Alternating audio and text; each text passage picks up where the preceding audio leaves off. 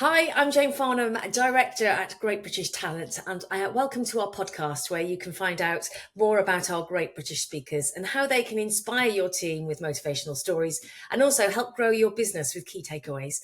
Today, we are chatting to George King. Now, George is the Shard climber who rose to fame in 2019 at the age of just 19 when he scaled London's iconic building. George, welcome to our podcast. Lovely to see you. Thank you so much, Jane. It's lovely to be here. Oh, well, it's a pleasure to chat. The first question I suppose I have to ask you, as any sane person would, is why on earth free climbing and why the Shard? I mean, your mum must be having kittens every day. Yes, it's never an easy question to answer. Why? I mean, going back to the first person who climbed Everest, he said it's because it's there. And I've shared that similar feeling.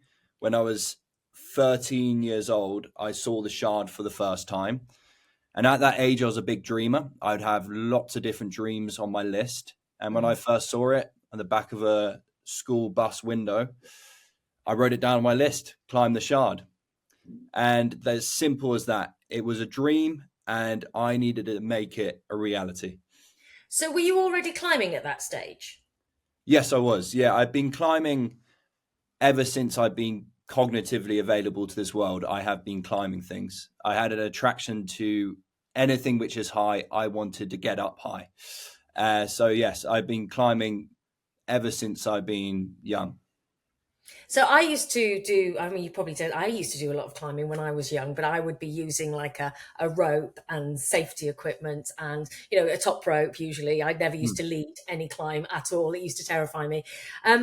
So yeah, I just don't know how you embark on these journeys without that safety equipment. I mean, so, because that's essentially the difference between free climbing and obviously other climbing. When does that start? Did you start out with bouldering or? No, so I got very attracted to climbing by my ethics with climbing is without permission and without ropes. I still to this day have never climbed with ropes because it's against my ethics of what climbing is for me. And I when I was at school, I'd climb up on the roof and I'd enjoy this aspect of it being without permission. I'd enjoy the idea of getting away with it. I'd enjoy the preparation, the planning. And I guess now I have just consistently always upped the ante. I've always found ways to level up and prepare for something which is higher and more difficult. So no, my background has never been my father bringing me to a climbing gym and learning with ropes. It's always been me off my own back, being attracted by these different projects and taking them on. So let's go back to the preparation for the Shard, because it's not just one day you decided, well, you did when you were 13, you decided I want to climb that, but it's not as simple as that, is it? There was a lot of preparation that went into doing that Yeah, dangerous stunt. yeah, 8 months, and I would visualize climbing the building every single day. I'd put myself deep into this trance of climbing the Shard that when I eventually did do it, it almost felt familiar because I'd done it so many times before in my own head. But I think the main piece of preparation for the Shard was actually just gathering information about the building. So I'd do all kinds of different things. I'd dress up in different disguises. For instance, a sportsman, and I'd run to the Shard and I'd stretch on the pillar.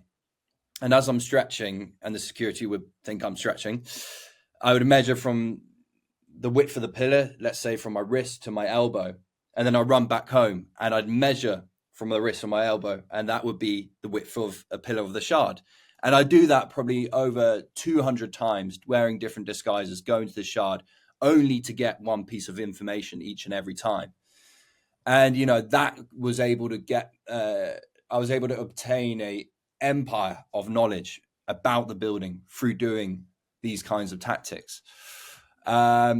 along with all the physical training, which is, of course, a must, where I'd sort of detail out a strategy. I'd understand what the climbing technique is, and I'd make that climbing technique as efficient as possible so that I can sustain it for as long as I can. And I'd build endurance by supplementing strength and conditioning. And it was around the mid-June time that I decided I was ready, and I set the date for 8th of July, and the rest is history. Okay, so for those not familiar with your story, I just want to few quick questions before we go into everything else that you talk about. Um, how long did it take you to climb So it took me 45 minutes to climb the Shard. to the top? Okay, and was it technically really difficult? The beginning stage was technical. The mid stage, so the majority of the climb wasn't too technical, but involved endurance. And the ending was more technical. Okay, and when did they know you were on the building? I remember getting around halfway and hearing all the emergency services around London descending upon me. And I think that was a pretty clear indication that someone had seen me. They were on to you. Okay, so you managed then to get up to the top after, so they obviously alerted the services quite quickly. They obviously knew you were there. So then you get to the top, you can hear everything going on at the bottom. How'd you get down? And what happened when you got down? Yeah, so at the top of the Shard, it's open terrace. So it wasn't a matter of me climbing down. But Oh, once I got okay. to the top, I was just able to get inside the building. And I was expecting a very sort of harsh response from the authorities. I was expecting handcuffs and rugby tackles and all this kind of going on. But really, it was a very pleasant interaction. You know, the police smiled and they shook my hand. They didn't put me in handcuffs, and I was gone outside the building within 30 minutes. Wow. And I was there in just my shorts in London Bridge at rush hour. And I was there. I didn't really know what to do. I didn't have a phone. I didn't have any money, but I knew my older brother, Toby, was going to work in the City of London. So I waited in the middle of London Bridge, waiting for my brother. Eventually I caught eyes with him, and I told him what I had done, and obviously his reaction was, I mean, he was completely surprised and baffled. Not But the so you sort of didn't know thing. you'd been doing 8 months of prep? No, no one knew. No one knew, and Oh, that was the first time my brother knew was when I told him, and I asked him for £30 to get back home, and that was that. Um, so you didn't go off in a police car? No, I didn't. It took 3 months before a case was built against me. I got very because of the lack of repercussions initially after climbing the building. I didn't really think anything would come Mm.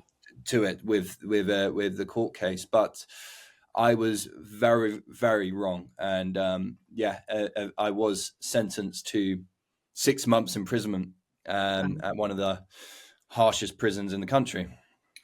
That's a big lesson learned, eh?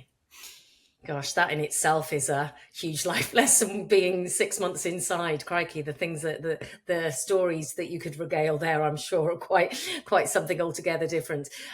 You've gone on to scale other buildings. Just quickly tell me about those and what your favourite is. Yes, so most recently, my last major building was the fifth tallest building in the world in South Korea, called Lotte Tower. My aim was to climb to the top and then base jump off it and fly to a landing area about half a mile away from the building. Unfortunately, it didn't go like that. I got caught halfway up and I was unable to do the base jump. But yeah, big lessons learned in that project. There's many things I could have done, but in retrospect is often haunting. Mm. But at the same time, the failure has taught me a lot, and I know basically what to do next time. I've climbed lots of buildings in Spain, a few buildings in Denmark, a building in France. And yeah, my life revolves around traveling the world and trying to find the highest buildings to climb or jump off. That's my life's mission. You're giving me palpitations, honestly. Um, so, I mean, I watched some of your video, and it's the height. Like I used to do a bit of climbing, but I would always be tethered in some way. It's just the sheer fear of that drop. So, how do you manage that fear, and how can other people in day to day life learn to manage fear? Yeah, well, fear in itself is an incredibly powerful force. Fear is like fire. It can cook your food or it can burn your house down. It depends on how much you use of it. I've found there's three main ways to control fear. There's exposure, there's mindset, and there's biology. With exposure, one must train fear like a muscle. In order for the muscle to get stronger, bigger, one must expose yourself to the stimuli. So, in order to become accustomed to a fear, you must engage with the fear. Start small and build yourself up. And eventually, you become callous to the fear. With mindset, one must understand the power of thoughts. So, you have a negative thought, you have a negative emotion which follows, you have a negative emotion, you have a negative thought. When you're engaged in a fear, you must control thoughts. Any thoughts coming in must be thoughts which empower you or are positive rather than ones which are negative and will then turn the fear into a crippling force. Biology, when you're engaged in a fear, you must understand that the calmer your breath is, the calmer the hormones inside of you are. You can control your heart rate through your breathing. So when I'm climbing a building and I am scared to death, I focus only on my breathing. And I know that will be able to control the hormones inside of me. And this can be applied to anyone in any walk of life. Asking for a job raise or going and speaking to people in public. You must understand the more you do it, the more exposed, the more comfortable you're going to be. Control your thoughts, control your breath. So this is something that you can teach organisations and their employees. So they are transferable skills, really, aren't they? Physical, mental. You also have an other, obviously disability. Obviously, you've always had a journey with your own ADHD. So a lot of people see that as a limitation, but you see it as a strength. So how do you teach others that that's the case and how to do that? Absolutely. Yes. So I can speak only for ADHD because I have ADHD, but I've also observed similarities with autism. What I've found with ADHD is that those who have it, including myself, if you have a gift or a passion, you become hyper focused in that passion and you become very effective at it. You're either 0 to 100 at one given thing. So I found that in order for people to turn ADHD into a superpower rather than a hindrance, one must focus and isolate their strengths. Where their weaknesses lie must be communicated to those around them if you're working in a team. They should be aware that you're going to take slower or may need help with your weaknesses. But really, you're going to thrive with where your strengths are. That's where you become stimulated. That's where you become hyper focused. It's certainly become apparent with me when I've been preparing for projects or engaging in my passion. And I found it with others. A good friend of mine is a chef, and he's I mean he was very much off the tracks up until he found his passion, and now that is all he does, and he's become very successful with it. It's really about understanding where your strengths lie and focusing in on that. Okay, that makes sense. And then, in terms of making decisions, obviously, when you're scaling a building and you've got a big drop on the one side, and you have to make a decision under pressure, is there anything you can learn to help you make those high pressure decisions more effectively? Because obviously, you make the wrong decision on the side of a building, you're a goner. Yeah, absolutely. Yeah, you can never make right decisions under an emotional state. In order for a decision to be rational, one must take a step away before making that decision. So yes, I have been in positions where I've essentially been stuck on a building and I've been trying to work out what the next move is. And I often, going back to what I said about breathing, I often take myself to a position where I'm focusing on my breathing. I'm controlling the thoughts. And then intuitively, that next step comes to me. You got to really be able to take a step away to compose yourself first before re-engaging. So tell me what life looks like outside of your urban climbing. What's day to day? Well, I mean, I'm always preparing and training for the next big thing. It's tick one off my list and another one goes on. It's a never-ending, beautiful cycle. But yes, I work on the public speaking. I any speeches which I've got coming up, I'll make sure I'm prepared for.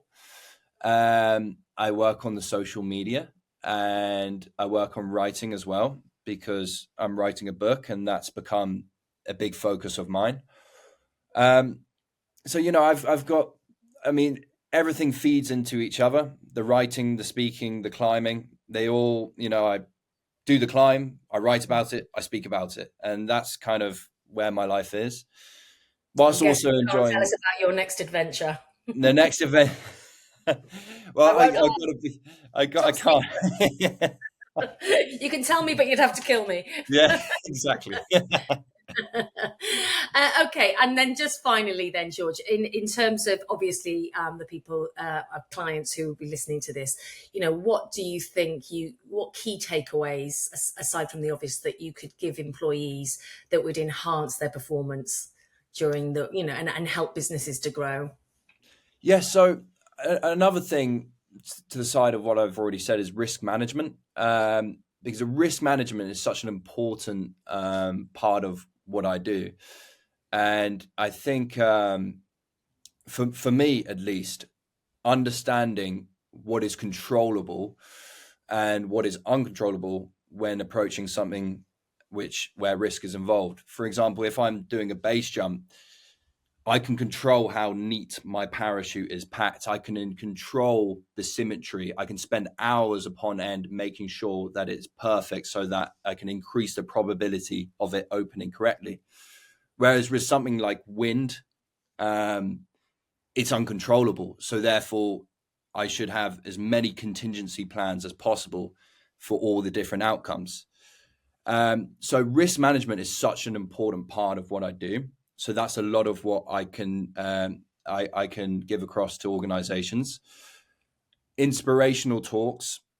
I can inspire people to schools or apprentices to find their own narratives, to give them the idea of what is their next step after they leave and go into the big wide world.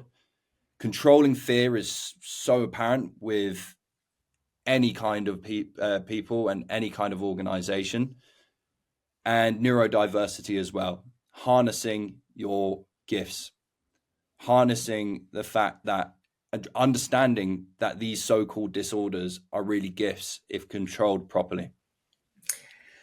Well, George, thank you so much for sharing that with us today.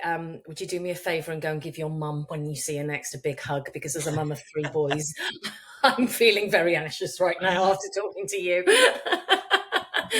But thank you so much for joining us. Thank you, Jane. Really appreciate it. And if you'd like to book George to come and inspire your team to improve performance and become more resilient, then you can book exclusively at Great British Speakers. Jane at greatbritishtalent.com is the email, or you can call 01753 439 289.